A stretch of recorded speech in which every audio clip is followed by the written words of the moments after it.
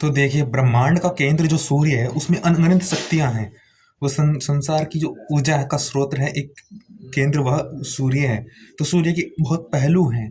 वह संसार की रचना है एक तरह प्रकार से, सब मानते हैं, साइंस और अध्यात्म तो मानता ही है। और तो जो उसमें अनगिनत रहस्य हैं, उसकी अनगिनत रचनाएं हैं।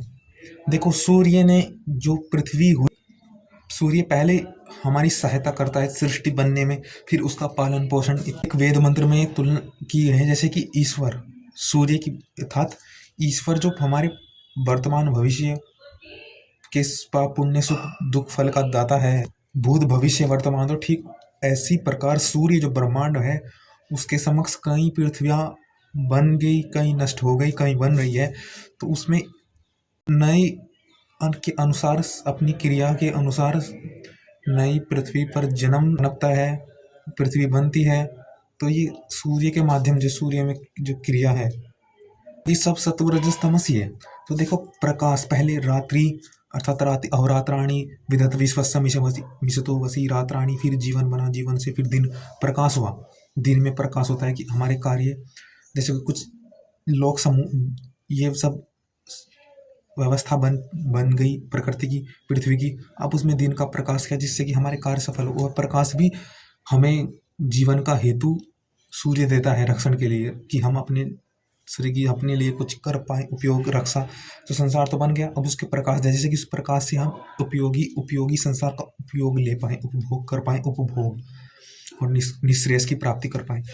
तो उपयोग के लिए तो प्रकाश ही तो हो रहा है, वरना अन्यथा हम इसका उपयोग नहीं कर पाते। तो इस समय जैसा उपयोग हमें करना है, वैसा उपयोग सूर्य के माध्यम से जात होता है कि सूर्य के प्रकाश आ रहा है, और जैसा है वो जिससे बनाया है वह भी सूर्य ही है।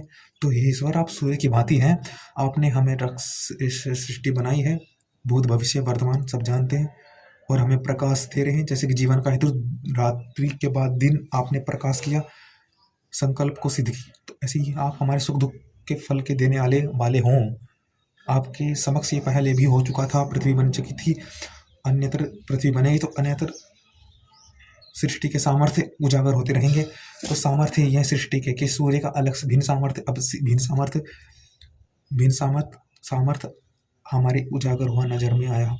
तो देखो, पृथ्वी भी बहुत अन्य भिन्न भिन्न प्रकार की है।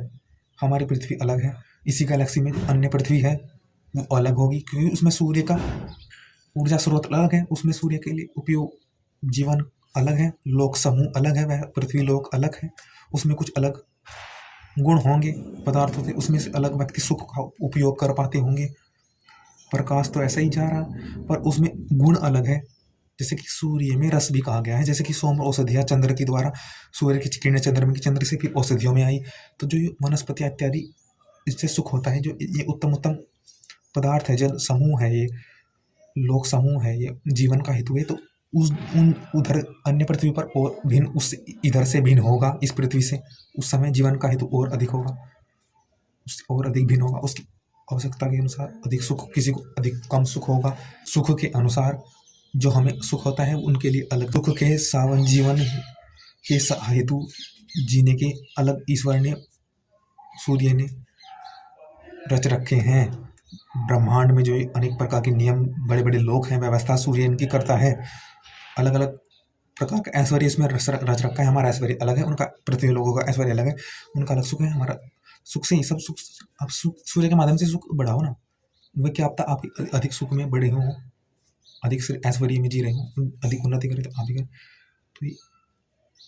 तो देखो, कितने ही जीव जंतु, कितने ही वृक्ष नए नए उत्पन्न होते हैं, पुराने चले जाते हैं। तो ये व्यवस्था के नए नए, हमारे शरीर का स्वभाव बदल गया। हमारे व्यक्ति पहले द्वापर युग में कैसे थे, अब कैसे हैं, तो हम बदल तो रहा है, नया उत्पन्न हो रहा है, एक तरह से ऐश्वर्य बढ़ रहा है, रचना नई नई हो रही संसार में। जब तक इसका पूर्ण उपयोग नहीं होगा, संसार का जो केंद्र है सूर्य का, नए नए हमें इसके पहलू नहीं ज्ञात होंगे, इसकी नई नई सामर्थ्य ऐश्वर्य का ज्ञात नहीं हुआ, तो तब तक रचना होती रहेगी। हम रचना का उपयोग करना सीखना चाहिए कि समय क्या उपयोग है, उससे श्रेष्ठ ले ग्रहण कर लें, जिससे कि हमारी उन्नति हो, सुख हो।